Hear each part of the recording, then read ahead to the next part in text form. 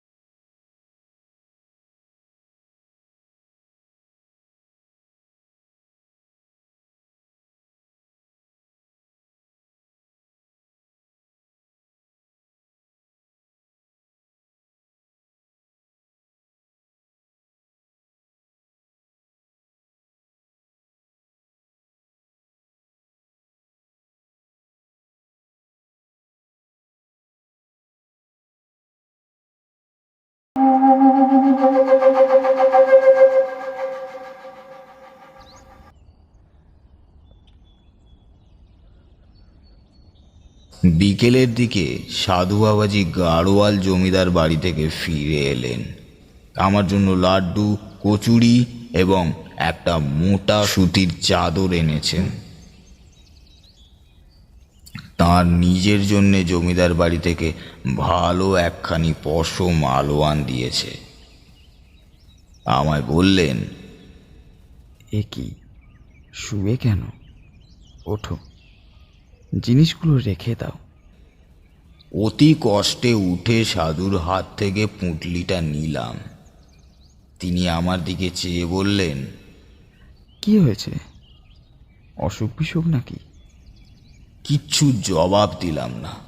সাধু স্নান করতে গেলেন এবং এসে জমিদার বাড়ির কাণ্ড কী রকম তারই সবিস্তরে বর্ণনা করতে লাগলেন। আমায় বললেন, কি হয়েছে বলো তো তোমার? অমন মনমরা ভাব কেন? বাড়ির জন্যে মন কেমন করছে বুঝি? বললাম তো, তোমরা ছেলে ছোকরা, এ পথে নামবো বললেই নামা যায় না রে বাবু। এ পথ বড় কঠিন। সেদিন রাত্রে আমার খুব জ্বর এলো। কতদিন ঠিক জানি না। অজ্ঞান অচৈতন্য হয়ে রইলাম।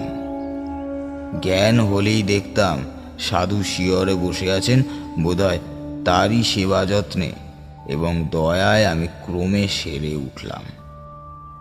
সেরে উঠে একদিন গাছতলায় বসেছি দুপুরে। সাধু বললেন, আজকালকার ছেলে ছোকরারা কি না কি কাণ্ডটাই না বাঁধিয়ে বসেছিল। এবারে তো বাঁচতই না, অতি কষ্টে বাঁচানো হয়েছে। আচ্ছা বাবু, পঞ্চমুণ্ডির আসনে কি জন্যে গিয়েছিলে সেদিন রাত্রে? আমি তো অবাক, কি করে জানলেন উনি এ কথা? আমি তো তাকে কোনো কথাই বলিনি। হঠাৎ আমার সন্দেহ হলো সেই অদ্ভুত মেয়েটির সঙ্গে নিশ্চয়ই সাধুর ফিরে এসে দেখা হয়েছে। সেই হয়তো বলেছে।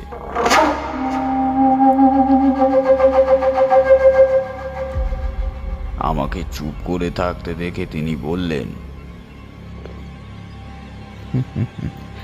ভাবছো আমি জানলাম কি করে? আরে বাবু, কতটুকুই বা তোমরা বোঝো আর কতটুকুই বা তোমরা জানো? তোমাদের দেখে দয়া হয়, ভয়ে ভয়ে বললাম, আপনি জানলেন কি করে? সাধু হেসে বললেন, আরে পাগল, তুমি তো জ্বরের ঘোরে বলেছিলে ওই সব কথা, নইলে জানবই বা কি করে। যাক, প্রাণে বেঁচে গিয়েছো, এই ঢের। আর কখনো অমন পাগলামি করতে যেও না। আমি চুপ করে রইলাম। তাহলে আমি বিকারের ঘোরে সব ফাঁস করে দিয়েছি। সেই দিন মনে মনে সংকল্প করলাম 2-1 দিনের মধ্যেই এখান থেকে চলে যাব, শরীরটা একটু সুস্থ হয়ে উঠলেই। কিন্তু আমার ভাগ্যলিপি অন্যরকম। সাধু বাবাকে তারপর দিনই পাহাড়ি বিছেতে কামড়ালো। তিনি তো যন্ত্রণায় অজ্ঞান হয়ে গেলেন। আমি 5 মাইল দূরবর্তী মিহিজাম থেকে ডাক্তার ডেকে আনি, তার সেবা করি, দিন রাত জেগে 3 দিন পরে তাকে সারিয়ে তুললাম। দিন 10 পরে আমি একদিন বললাম, সাধুজি, আমি আজ চলে যেতে চাই। সাধু বিস্মিত হয়ে বললেন, চলে যাবে? কোথায় যাবে? ভেবেছিলাম এই পথে তোমায় নামাবো না, কিন্তু তুমি দুঃখিত হয়ে চলে যাচ্ছ, সেটা বড়ই কষ্টের বিষয় আমার কাছে। এখানে থেকেই বা কি হবে? আমার তো কিছু হচ্ছে না। মিছে বসে থাকা আর মন্দিরের প্রসাদে ভাগ বসানো, 2টি পেটের ভাতের লোভে তো আমি এখানে বসে নেই। তুমি আমার যথেষ্ট উপকার করেছ, নিজের ছেলের মতো সেবা করেছ। তোমাকে কিছু দিতে চাই। তার আগে একটা কথা বলি, তোমার সাহস বেশ আছে তো?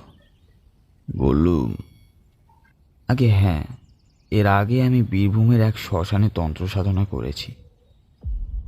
তারপর আমি সেই শ্মশানের পাগলি ও তার অদ্ভুত ক্রিয়াকলাপের কথা বললাম।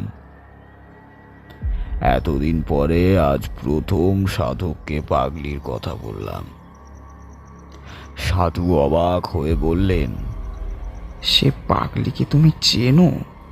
আরে সে যে অতি সাংঘাতিক মেয়ে মানুষ, তুমি ওর হাত থেকে এত সহজে উদ্ধার পেয়ে এসেছো, সে কেবল তোমার পূর্বজন্মের পুণ্য। ওর নাম মাতু পাগলি, মাতঙ্গিনী। ও নিম্ন শ্রেণীর তন্ত্রে ভয়ানকভাবে সিদ্ধ। ওর সংস্পর্শে গিয়ে পড়েছিলে, কি সর্বনাশ! ওকে আমরা পর্যন্ত ভয় করে চলি। কি রকম জানো?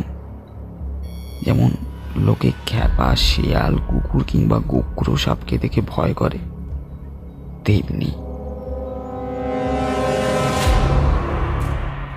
অসাধারণ ক্ষমতা ওর নিম্নতন্ত্রের। ওর ইতিহাস বড় অদ্ভুত, সে একদিন বলবো। তা তুমি কতদিন ছিলে ওর সঙ্গে? তা হবে প্রায় 2 মাস।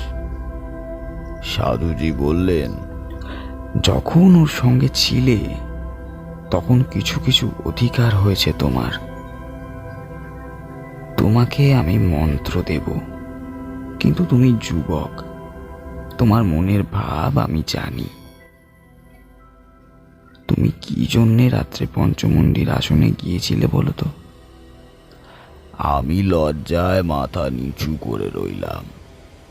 মনের গোপনে পাপ নেই। যদি পঞ্চমুণ্ডির আসনে বসে থাকি, তবে সেই অপরিচিতা নিশা বিহানির রূপসীর টানে যে এ কথা গুরুস্থানীয় ব্যক্তির কাছে স্বীকার করব কেমন করে?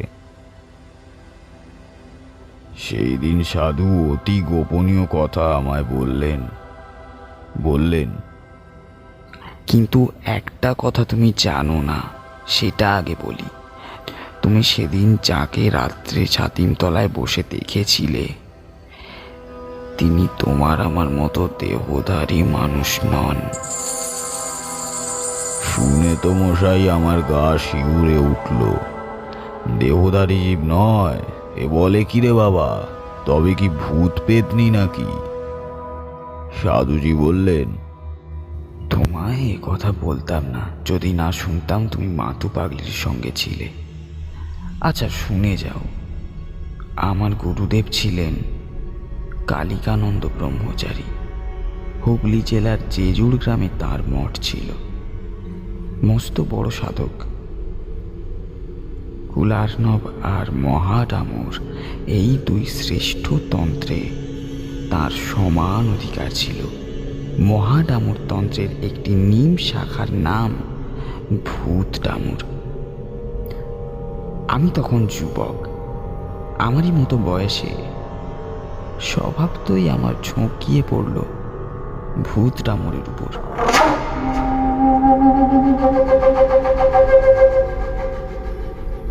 গুরুদেব আমার মনের গতি বুঝতে পেরে ও পথ থেকে ফেরাবার যথেষ্ট চেষ্টা করেছিলেন, কিন্তু তাই কি হয়?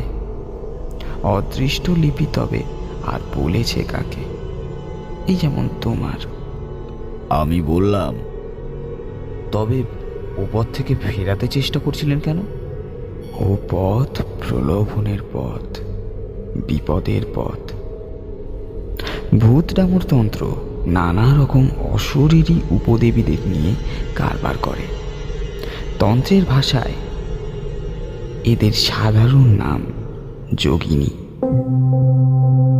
জপে ও সাধনার বশীভূত হয়ে এদের মধ্যে যে বা যার সাধনা তুমি করবে সে তোমার আপন হয়ে থাকতে পারে। নানাভাবে এদের সাধনা করা যায়। কঙ্কিনী দেবীকে মাতৃভাবে পেতে হয়, কনকাবতী দেবীকে পাওয়া যায় কন্যাভাবে, কিন্তু বাকি যোগিনীদের যে কোনোভাবে সাধনা করা যায় এবং যে কোনোভাবে পেতে পারা যায়। এই সব যোগিনীদের কেউ ভালো, কেউ মন্দ।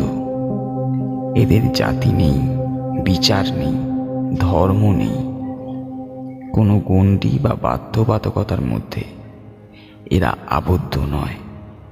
ভূত ডামরে এই সাধনার ব্যাপারে বলে দেওয়া আছে।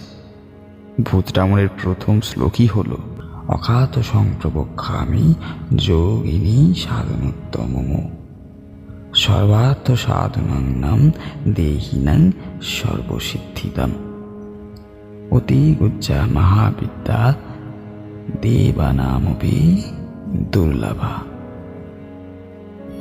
তুমি সেদিন যাকে দেখেছিলে তিনি এই রকম একজন জীব।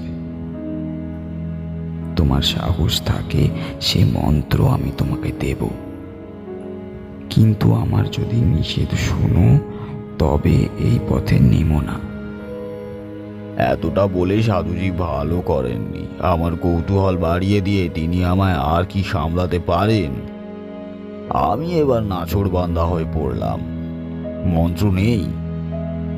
সাধুজি বললেন, তবে তুমি কনকবতী দেবীর সাধনার মন্ত্র নাও, কন্যাভাবে পেতে পারো দেবীকে।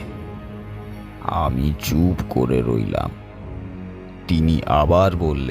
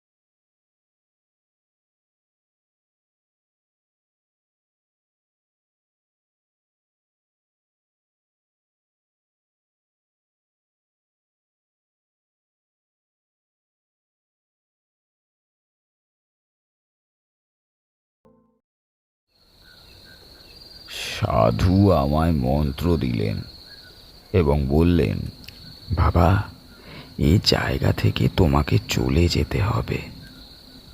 তোমায় আমি আর রাখতে পারিনি।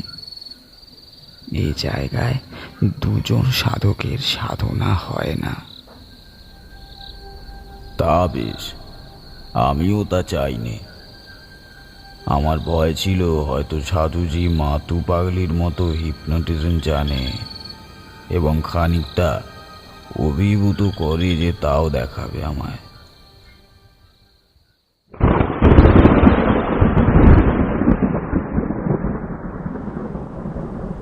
কেন?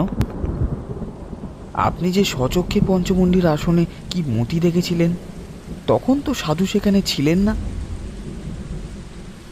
তারপর আমার টাইফয়েড জ্বর হয়েছিল বলিনি, হয়তো পঞ্চমুণ্ডির আসনে বসে তখনই জ্বর আসছে। সেই সময় জ্বরের পূর্বাবস্থায় অসুস্থ মস্তিষ্কে কি বিকার দেখে থাকবো, হয়তো চোখের ধাঁধা। যাক সে কথা। তারপর ওখান থেকে চলে এলাম বরাকর নদীর ধারে এক নির্জন জায়গায়। ওখান থেকে 5-6 মাইল দূরে একটা গ্রাম ছিল। কিছু দূরে থাকতাম গ্রামের বারোয়ারি ঘরে। গ্রামের লোকে যে যা দিত তাই খেতাম। আর সন্ধ্যার পরে নদীর ধারে নির্জনে বসে মন্ত্র জপ করতাম।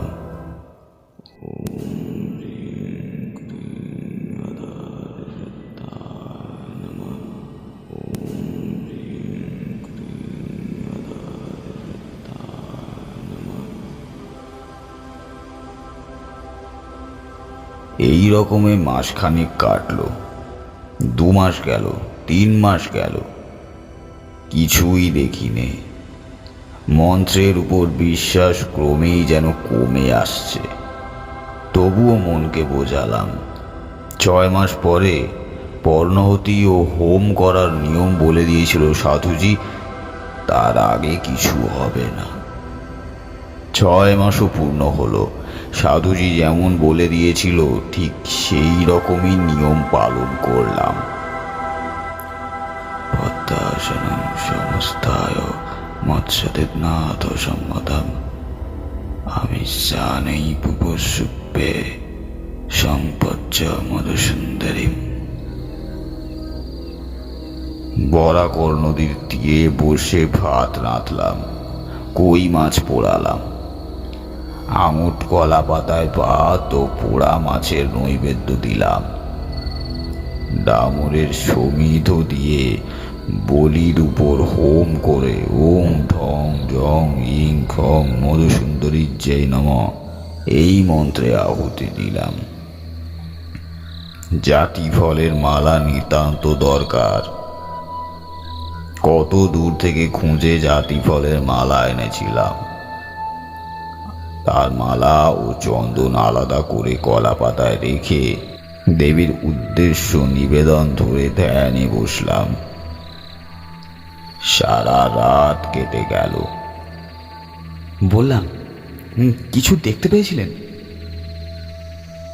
কাকস্য পরিবেদনা। ঘি চন্দন মিষ্টি কিনতে কেবল কতগুলো পয়সার শ্রাদ্ধ হয়ে গেল। ধ্যান জপ হোমে কিছুই ফল পড়ল না। রাগ করে টান মেরে সব নৈবেদ্য ফেলে দিলাম নদীর জলে।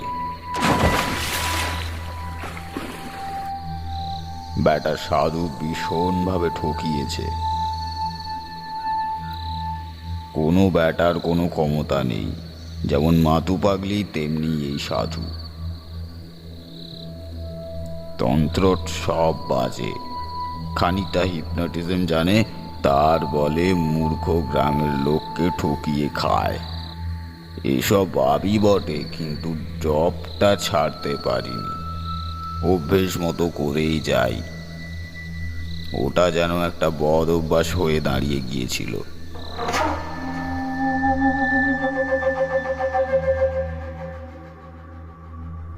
এইভাবে আরো 4-5 মাস কেটে গেল। একদিন সন্ধ্যার পরেই, রাত তখন হয়েছে সবে, আধ ঘন্টাও হয়নি, আমি একটা গাছের তলায় বসে জপ করছি। অন্ধকার হলেও খুব ঘন হয়নি তখনও। হঠাৎ তীব্র কস্তুরীর গন্ধ অনুভব করলাম বাতাসে। বেশ মন দিয়ে শুনে যাও। এক বর্ণ মিথ্যে কথা বলিনি। যা যা হলো একটার পর একটা বলছি, মন দিয়ে শোনো। কস্তুরীর গন্ধটা যেন সেকেন্ড 4-5 পেয়েছি, তখন আমার সেদিকে মন গেল। ভাবলাম, এ দেখছি অবিকল কস্তুরীর গন্ধ। বাহ, পাহাড়ে জঙ্গলে এত সুন্দর অজানা বনফুলও আছে। তারপরেই আমার মনে হলো, আমার পিছনে অর্থাৎ যে গাছটার তলায় বসেছিলাম তার গুঁড়ির আড়ালে কে একজন এসে দাঁড়িয়েছে। আমি পিছন থেকে দেখতে পাচ্ছি না বটে, কিন্তু অনেক সময় লোকের উপস্থিতি চোখে না দেখেও এভাবে ধরা যায়। আমার সমস্ত ইন্দ্রিয় যেন অতিমাত্রায় সজাগ ও সতর্ক হয়ে উঠেছে। বাতাস যেন বন্ধ হয়ে গেল এক মুহূর্তে। সমস্ত শরীর যেন গরম আগুনের হলকার মতো বেরোচ্ছে মনে হলো। ঠিক সেই সময় আমার সামনে দেখলাম একটি মেয়ে দাঁড়িয়ে। আধ সেকেন্ড আগেও তিনি সেখানে ছিলেন না। ঠিক সেই পঞ্চমুণ্ডির আসনে বসার রাত্রের সেই অভিজ্ঞতার পুনরাবৃত্তি। কিন্তু এবার মনে মনে দৃঢ় সংকল্প করলাম, জ্ঞান হারাবো না কখনোই। মেয়েটি দেখি একুটির সঙ্গে আমার দিকে তাকিয়ে রয়েছে। জিজ্ঞাসা করলাম, নিজের চোখে এমন মতি দেখলেন আপনি? আমার কথার মধ্যে হয়তো একটু অবিশ্বাসের গন্ধ পেয়ে তারানাথ উগ্র প্রতিবাদের সুরে বলল, নিজের চোখে, সুস্থ শরীরে। বিশ্বাস করো বা না করো সেটা আলাদা, কিন্তু যা দেখেছি তাকে মিথ্যে বলতে পারবে না। তা কিরকম দেখলেন? কেমন চেহারা? ভারী রূপসী যদি বলি সেটাও কম। মধুসুন্দরী দেবীর ধ্যানে আছে। উদ্যত ভানু প্রতিকাশা বিদ্যুৎ পুঞ্জ নিভাসতী, নীলাম্বর পরিধানা মদ বিহল্ল লোচনা, নানালঙ্কার শোভাড্ডা কস্তুরী গন্ধ মোদিতা, কমলাঙ্গিং স্মের মুখিং পুনতুঙ্গ পয়োধরাম। অবিকল সেই মূর্তি। তখন বুঝলাম, দেবদেবীর ধ্যান মন গড়া কথা নয়। সাধুকে প্রত্যক্ষ করলে এমন বর্ণনা দেওয়া যায় না। আপনি কোন কথা বললেন? আমার কথা, আমার চেতনা তখন লোপ পাওয়ার মতো হয়েছে। সে তেজ সহ্য করা আমার কর্ম নয়। সাধারণ মানবীর মতো তার কোনো জায়গাই নয়। সে চোখের কি ভাব, ত্রিভুবন জয় হয় সে চোখের চাউনিতে। আমি অধীর হয়ে বললাম, তার সাথে আপনার কি কথা হলো তা একটু বলুন। কথাবার্তা যে হয়েছিল তা সব বলার দরকার নেই।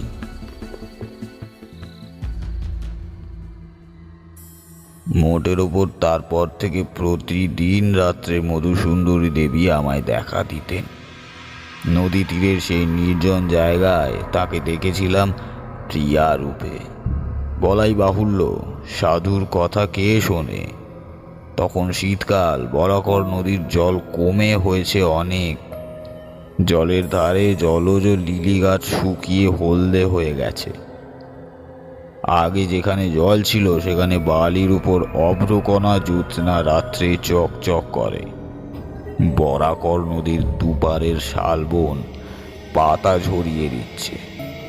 আকাশ রোজ নীল। রাত্রে শুক্লপক্ষের জ্যোৎস্নার বড় মনোরম শোভা। সেই সময় থেকে 3টি মাস দেবী প্রতি রাত্রে দেখা দিতেন আমায়। সত্যিকার বাঁচা বেঁচেছিলাম এই 3 মাস। এসব কথাও বলা এখন আমার পক্ষে বেদনাদায়ক। কতটা বেদনাদায়ক তা তুমি জানো না। আমার জীবনের যা সর্বশ্রেষ্ঠ আনন্দ তা পেয়েছিলাম এই 3 মাসে।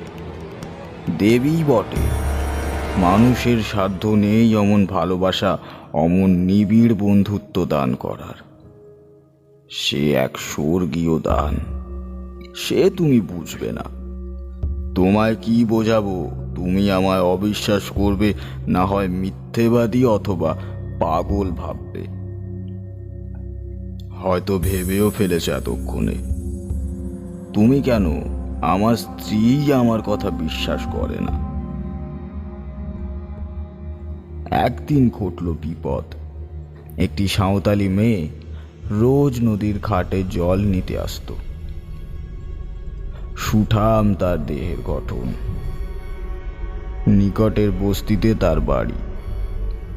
অনেক দিন থেকে তাকে দেখছি, সেও আমায় দেখছে। সেদিন সে জল নিয়ে ফিরে যাচ্ছে, এমন সময় আমার দিকে তাকিয়ে বাঁকা বাংলায় বলল, আমার ছেলে হয়ে মরে যায়, তার কোনো মাদুলি আছে তোমার কাছে সাধু বাবা? তাহলে দিবেন আমার। এমন ভাবে করুণ সুরে বলল, আমার মনে দয়া হলো। মাদুলি দিতে জানিয়ে কথা বলিনি, তবে তার সঙ্গে কিছুক্ষণ গল্প করেছিলাম। তারপর সে চলে গেল। ভীষণ পুঁতিগন্ধে সেদিন শালবন ভরে গেল। প্রতিদিনের মতো কস্তুরীর সুবাস কোথায় মিশিয়ে গেল। এরপর এলেন মধুসুন্দরী দেবী। দেখেই মনে হলো এরা দেবী বটে, বিদেহী পিশাচিও বটে।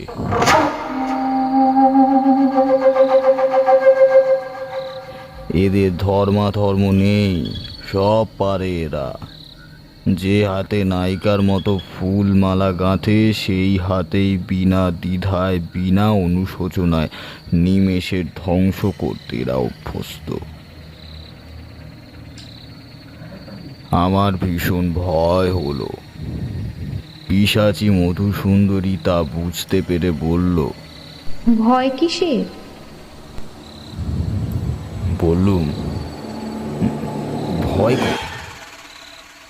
তুমি তুমি রাগ করেছো কেন? পিশাচি বলল, সব চিনতে পারবে? অন্ধকার রাতে সাঁওতালদের কোনো বউয়ের সব তোমার সামনে দিয়ে যদি জলে ভেসে যায়, চিনতে পারবে?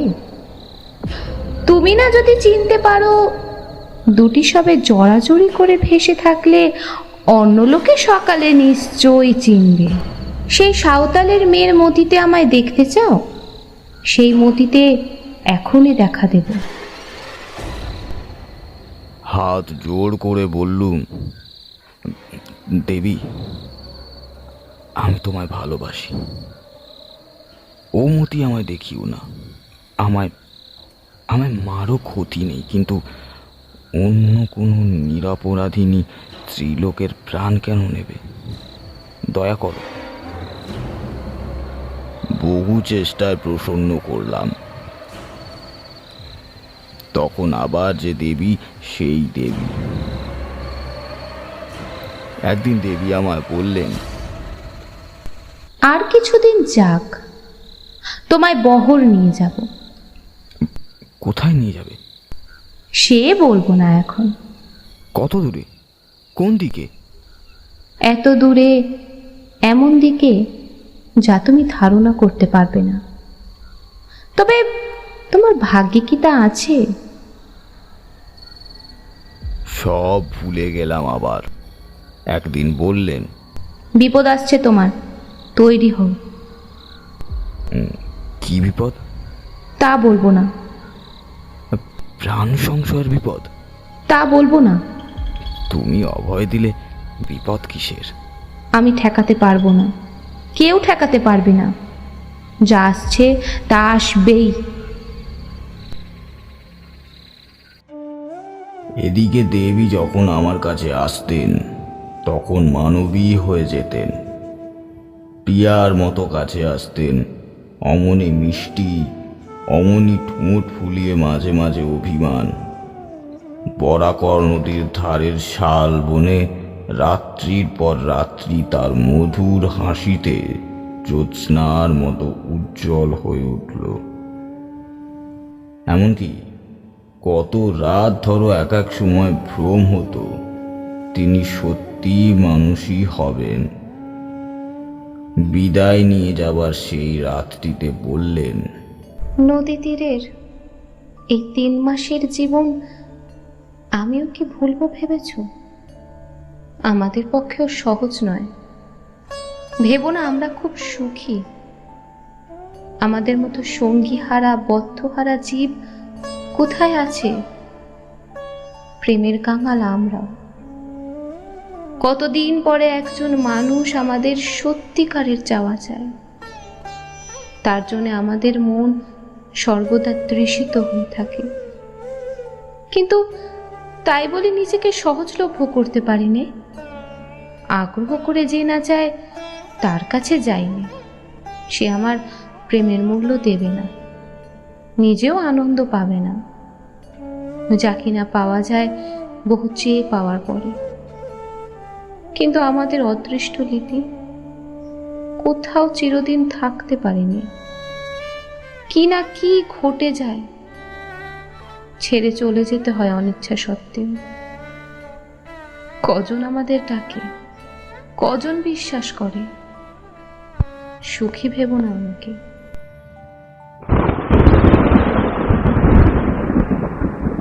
বললাম, এত যদি সুখের ব্যাপার, তবে আপনি ভয়ঙ্কর বলছিলেন কেন আগে? ব্যাপার ভয়ঙ্কর এই জন্যেই যে আমার সারা জীবনটা মাটি হয়ে গেল এই 3 মাসের সুখ ভোগে। কোনো দিকে মনই দিতে পারিনি। মধ্যে তো দিন কতক উন্মাদ হয়ে গিয়েছিলাম বিয়ের পরেও। তারপর সেরে উঠে নিজেকে সামলে এই জ্যোতিষের ব্যবসা আরম্ভ করি। সেও দেবীর দয়া। তিনি বলেছিলেন জীবনে কখনো অন্য কষ্টে আমায় পড়তে হবে না, আর তা সে পড়তেও হয়নি কখনো। কিন্তু তাতে কি আর আনন্দ দেয় জীবনে?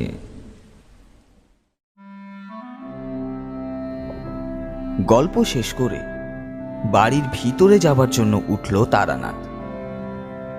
আমিও বের হয়ে আসলাম ধর্মতলার মোড়ে। এক অদ্ভুত অবাস্তব জগৎ থেকে 20 শতাব্দীর বাস্তব সভ্যতার জগতে এসে যেন হাঁপ ছেড়ে বাঁচলাম। যতক্ষণ তারানাথ গল্প বলল, ততক্ষণ ওর মুখ চোখের ভাবে ও গলার স্বরে গল্পের সভ্যতা সম্বন্ধে অবিশ্বাস করা যায় না। কিন্তু ট্রামে উঠতেই মনে হলো,